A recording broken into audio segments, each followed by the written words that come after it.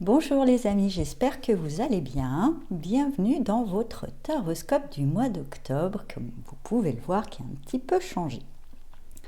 Car je ne ferai plus les taroscopes sentimentaux par saison. En fait, je vais faire le taroscope général, comme on avait l'habitude. Et ensuite, je ferai un point sentimental avec l'améthyste love et l'oracle de l'amour d'Astro Bohème. Un point aussi sur la vie matérielle, financière, professionnelle avec le murmure de Ganesh et un conseil d'évolution, quelque chose de plus spirituel avec une carte message. Pour ce mois, j'ai choisi les cartes lumière et pour le taroscope, j'ai choisi pour ce mois le tarot de la forêt enchantée. Donc comme d'habitude, ce taroscope ne parlera pas à tout le monde, vous prenez que ce qui résonne en vous, vous laissez le reste de côté. Vous pouvez, pour plus d'infos, consulter votre taroscope ascendant et lunaire. Dans la barre d'infos sous la vidéo, afin de ne pas réécouter à chaque fois cette introduction, j'aurais mis un timer pour passer directement au taroscope sans écouter l'introduction si vous regardez plusieurs taroscopes. Voilà, je vous dis à tout de suite pour les taroscopes. Bonjour chers amis scorpions et bienvenue dans votre taroscope d'octobre. Donc on va voir tout de suite l'énergie centrale pour vous et avec le 10 de flèche où va octobre pour vous, c'est le mois un petit peu de l'achèvement. Vous arrivez au bout du bout d'une situation.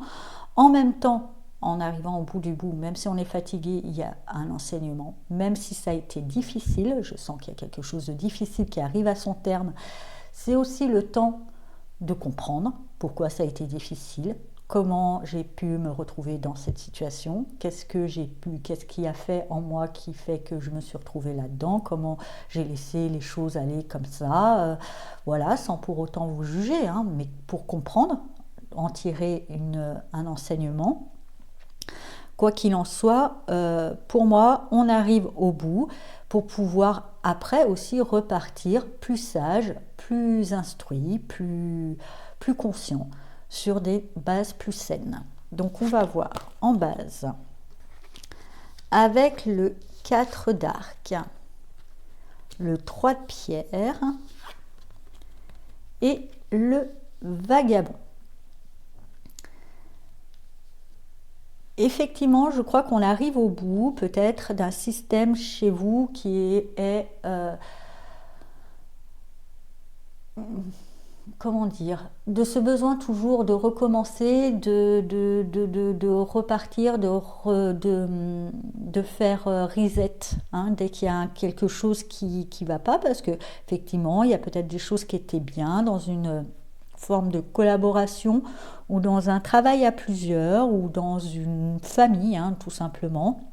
Ça se passait plutôt bien, mais il y a eu besoin de nouveautés à chaque fois, où même si ça se passait bien, il y a eu peut-être un détail qui fait que ça a tout remis en question et on repart et on recommence. Il y a une notion un petit peu, ce que je ressens pour vous, de toujours un petit peu avoir l'impression de faire un replay, même si les acteurs et le décor changent, le scénario reste le même. On revit à chaque fois le même scénario, on est un peu... Voilà, vous devenez un petit peu lassé de ce éternel recommencement de la même chose. Donc il y a quelque chose, justement, pourquoi à chaque fois on reproduit, parce qu'on ne prend pas le temps de bien comprendre ce qui s'est passé. Donc là, on vous invite à... Là, on arrive encore à une forme de fin pour repartir encore, afin de ne pas faire encore un replay. Il est important de bien comprendre ce qui s'est passé. Avec le 4 de pierre, le 10 de flèche et le 8 d'arc, comprendre que peut-être justement par besoin de sécurité, vous vous sentez toujours obligé de rebondir rapidement. Par peur du manque peut-être, par peur de manquer. Donc ça aussi, ça ne vous aide pas. Il y a quelque chose à clôturer là-dessus. Une fois que vous êtes libéré de cette peur du manque, vous pourrez amorcer une direction, amener une direction dans ce nouveau départ qui pourra être cette fois-ci moins répétitif, bien plus nouveau et plus constructif. Avec les amoureux, ensuite, le 6 de flèche et le 2 d'arc. On vous dit aussi que même si la direction est là, et justement, comme vous comprenez que des fois vous êtes dans une obligation de rebondir beaucoup trop vite, qu'effectivement il y a des choix à faire, que aussi savoir accepter qu'avant de prendre une réelle décision, vous pouvez avoir, je dirais, une occupation ou quelque chose de transition. C'est ok, mais être lucide, c'est pas une décision ferme et définitive. Vous accordez un temps, par exemple, de transition. Vous accordez un temps pour laisser mûrir les choses, laisser mûrir surtout la sagesse et la compréhension de ce qui s'est passé pour ne pas reproduire les mêmes choses et prendre après les bonnes décisions. On va voir dans votre sphère sentimentale, qu'est-ce qu'il y a ? Il y a sortie, invitation à venir. Donc, dans cette énergie, il y a peut-être des sollicitations extérieures qui vous font remettre en question un petit peu. Attention, c'est peut-être, comme je vous disais, attention de ne pas reproduire. Souvent, ça regarder en arrière. Il y a vraiment une invitation de regarder en arrière. Dans vos relations, vous n'en avez peut-être pas eu qu'une quand même.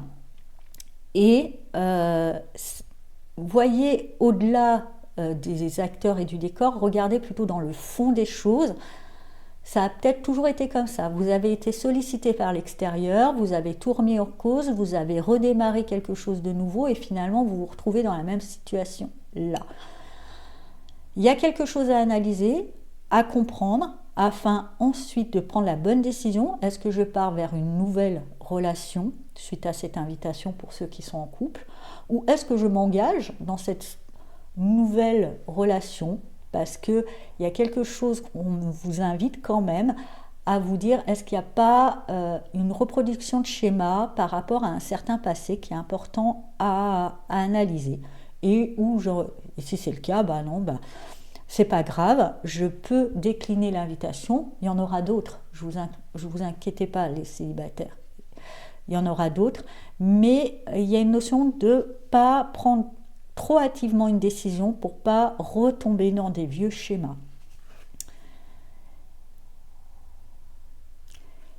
Et justement, comme je vous dis, même si vous déclinez l'invitation, même si vous n'y allez pas, ne soyez pas déçus, ne vous inquiétez pas, car la carte vous dit là, croire en l'amour, c'est le rendre possible. Et croire aussi en votre définition de l'amour, bien comprendre aussi votre définition de la relation à l'autre, pour pouvoir cette fois-ci prendre les bonnes décisions. Et vous inquiétez pas, croyez-y, c'est possible, ne vous dites pas faute de mieux, quoi. Voilà. C'est en gros. Dans la sphère professionnelle, vous avez la joie. Et moi, je sens que dans la sphère professionnelle, au tirage de là, n'oubliez pas, et c'est peut-être ça, vous avez priorisé la protection, la sécurité financière, et vous avez oublié de savoir qu'est-ce qui vous nourrit, qu'est-ce qui vous fait plaisir, qu'est-ce qui vous met en joie.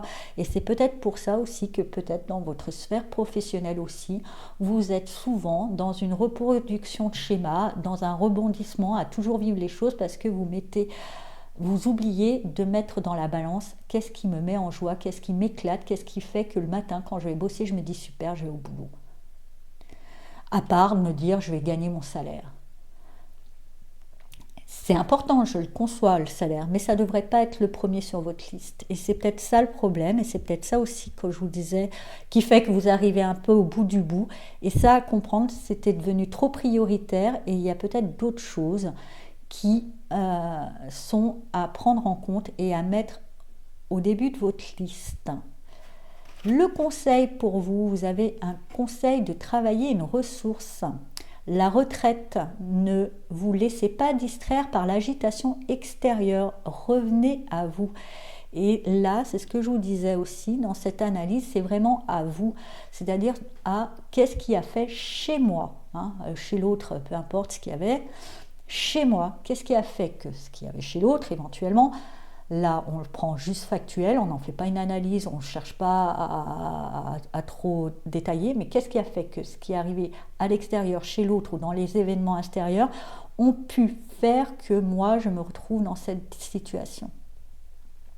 Il y a vraiment une demande de revenir à vous, de comprendre vos mécanismes, de bien les analyser pour ne plus reproduire un certain schéma. Donc, coupez-vous un peu de l'extérieur, revenez à vous et comprenez votre mode de fonctionnement.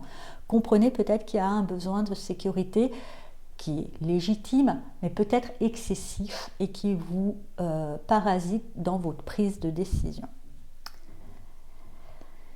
Du job, hein, les scorpions, mais vous êtes fortiche pour ça, donc je ne m'inquiète pas, vous le ferez bien.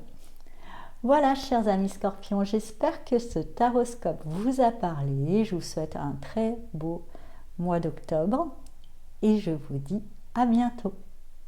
Au revoir.